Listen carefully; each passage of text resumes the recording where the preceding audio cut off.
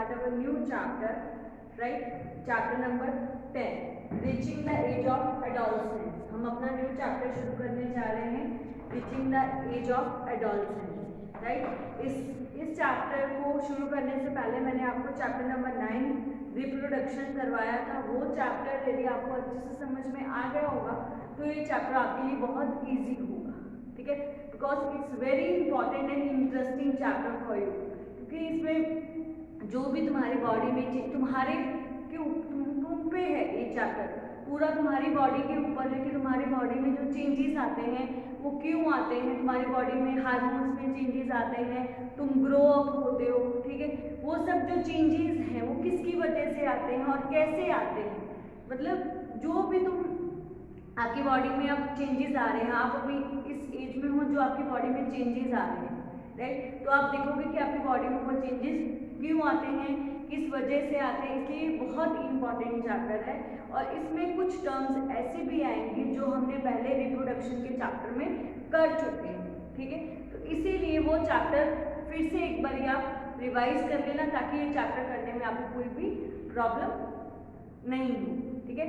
Let's start our new chapter, chapter number 10। इसको अच्छे से समझना बहुत इजी है और बहुत इंटरेस्टिंग और बहुत इंपॉर्टेंट चैप्टर है, ओके?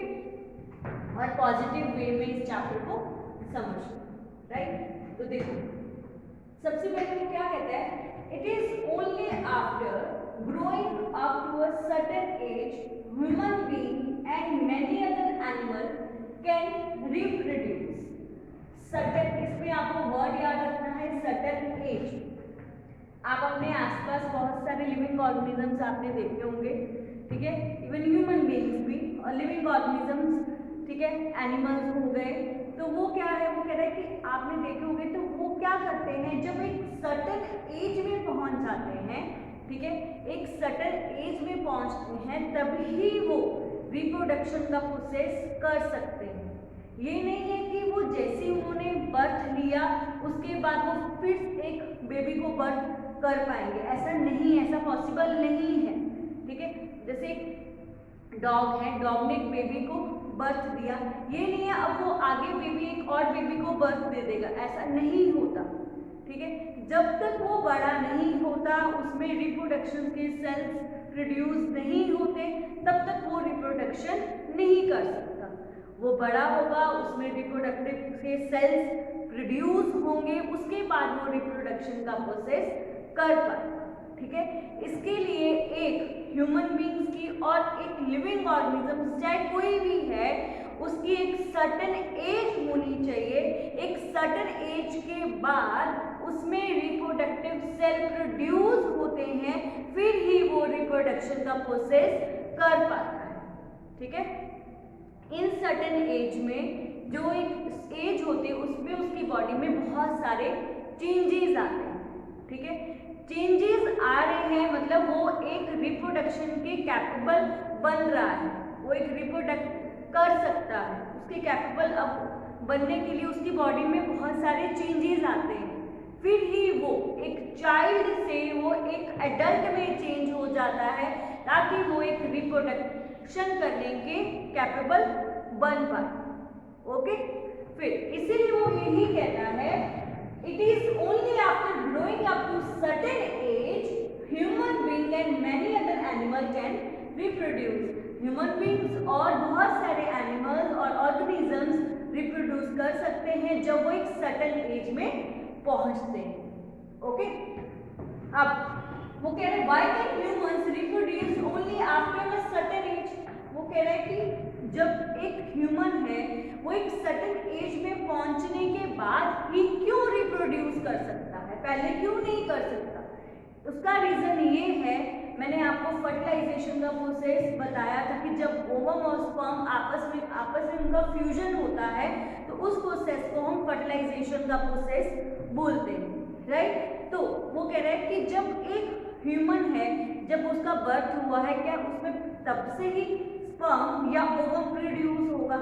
नहीं, उसके लिए एक सर्टेन एज होती है, ठीक है? तभी उसकी बॉडी में ओवम और स्पर्म का प्रोड्यूस होना शुरू होता है, शुरू से जब उसने बॉर्न लिया है तब से ही उसकी बॉडी में ओवम और स्पर्म का प्रोड्यूस नहीं होता, वो शुरू से प्रोड्यूस नहीं होते हैं, उनकी बॉडी में एक सर्टेन एज आती है तब ही ये प्रोड्यूस होना शुरू करते हैं। इसीलिए शुरू से ही वो रिप्रोडक्शन नहीं कर सकते, राइट। इवन इस पे तो उसने ह्यूमंस का बोला है ना। इवन आप एक एग्जांपल लेते हैं, हम मैंगो ट्री का एग्जांपल लेते हैं। जब एक मैंगो ट्री है उस पर हमने सीड डालते हैं तब वो थोड़ा थोड़ा बड़ा होना शुरू होता है। जब वो ग्रो अप होता है, उसको ग्रो अप करने में भी कितने ईयर्स लग जाते हैं, ठीक है। जब वो बड़ा होगा उसमें क्या आते हैं, फ्लावर्स आना शुरू होते हैं, ठीक है। जब फ्लावर्स आने के बाद ही वो रिप्रोडक्शन कर पाएगा। इसको होने में भी कितने ईयर्स लगे, 8 to 10 ईयर्स उसको लग गए, राइट। उसके बाद ही वो रिप्रोडक्शन कर रहा है, राइट। ऐसे ही ह्यूमन बीइंग्स में भी ऐसा ही होता है। एक एज आती है, अब हम उस एज के बारे में डिस्कस करेंगे, तब उसकी बॉडी में बहुत सारे चेंजेस होते हैं, ठीक है। उस एज के दौरान उसकी बॉडी में जब चेंजेस आएंगे जो उसको रिप्रोडक्शन के कैपेबल बनाते हैं, ओके। अब उसके बाद वो कह रहा है, अब मेरा है एडोलसेंस एंड प्यूबर्टी। एडोलसेंस और प्यूबर्टी क्या होता है? सबसे पहले एडोलसेंस क्या है? एडोलसेंस उसको हम किशोर अवस्था भी बोलते हैं, जिसको हम टीनेजर्स भी बोलते हैं, राइट।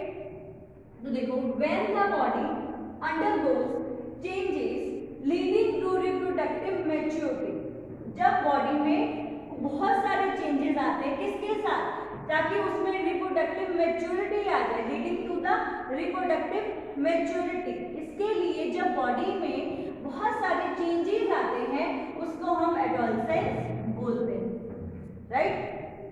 जब एक ह्यूमंस की बॉडी में बहुत सारे चेंजेस आते हैं, किसके लिए? ताकि वो रिप्रोडक्टिव की मैच्योरिटी उसमें आ जाए, ठीक है। तो उसमें उसको हम एडोलसेंस बोला जाता है, okay. When the body undergoes changes, जब बॉडी के अंदर बहुत सारे चेंजेस आने शुरू हो जाते हैं, leading to reproductive maturity, reproductive maturity के साथ उसमें रिप्रोडक्टिव मैच्योरिटी भी आनी शुरू होती है, उसको हम एडोलसेंस बोलते हैं। जो एडोलसेंस की जो एज है वो कब शुरू होती है? जो एडोलसेंस की स्टेज में जो एज कवर अप है वो 11 ईयर्स से लेकर 18 to 19 ईयर्स तक कंप्लीट हो जाता है, ठीक है। जो एडोलसेंस की स्टेज है उसका जो एज का टाइम लिमिट है वो 11 ईयर्स से शुरू होता है और 18 to 19 ईयर्स तक कंप्लीट हो जाता है। तब एक बच्चा पूरा एक चाइल्ड से एक एडल्ट में बन जाता है, राइट। तो इसमें क्या होता है कि वो जो ये बच्चा इस स्टेज के अंदर आता है, इस एज लिमिट के कवर अप में आता है, ठीक है, उसको हम एडोलसेंट या टीनेजर्स भी बोलते हैं, राइट। जो बच्चा इस एज के अंदर आ रहा है, इस एज को कवर अप कर रहा है, ये एज क्या है? एडोलसेंस की स्टेज के टाइम ये एज 11 to 18 to 19 ईयर्स तक बच्चा ये एज के अंडर आता है, इस एक चाइल्ड से एडल्ट बन जाता है, राइट। एडोलसेंस की जो स्टेज है वो 11 ईयर से शुरू होती है, 18 to 19 ईयर्स तक वो कंप्लीट हो जाती है, राइट। एक बच्चा, एक जो चाइल्ड है वो क्या है? एडल्ट में कन्वर्ट हो जाता है, ओके। फिर जो बच्चे इस स्टेज के कवर अप में आते हैं, ठीक है, उसको हम एडोलसेंट या टीनेजर्स भी बोलते हैं, ओके। फिर When the body undergoes, ये तो तुम्हें समझ में आ गया। Adolescence begins the age of 11 and lasts up to 18 to 19 years of age.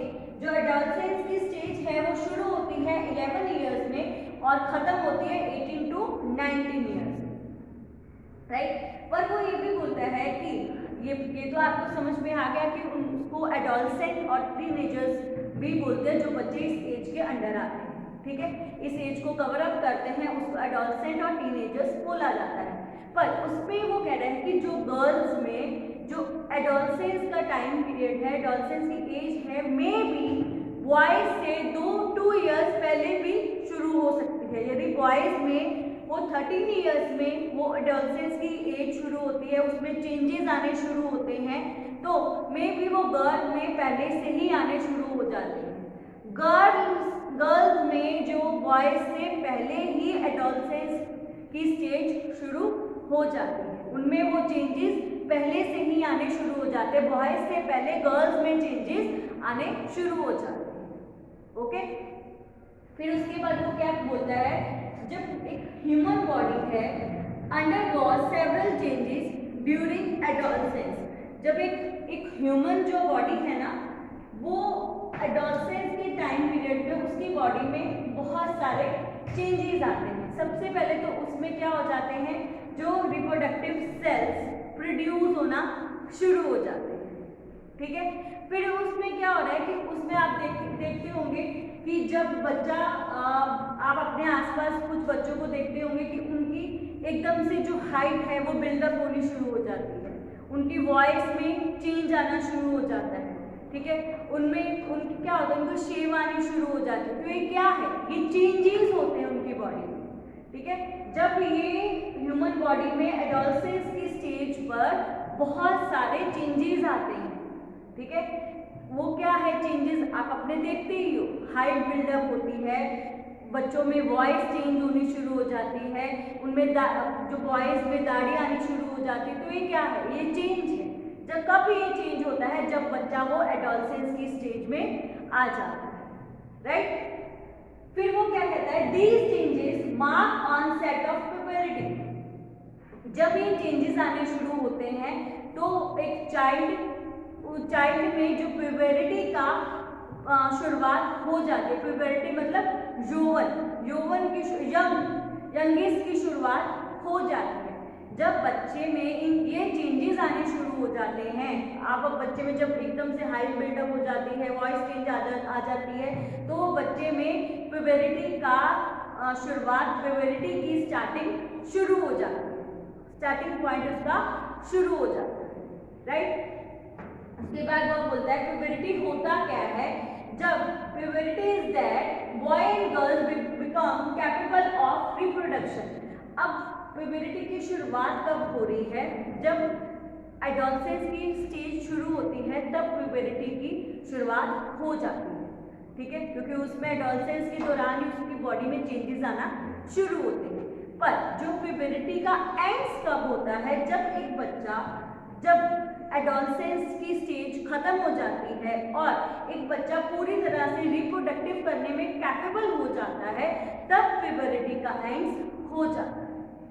Right, इसीलिए वो कहता है प्यूबरिटी होता क्या है, जो बच्चे को क्या कैपेबल बनाता है, जो रिप्रोडक्शन करने के कैपेबल बनाता है।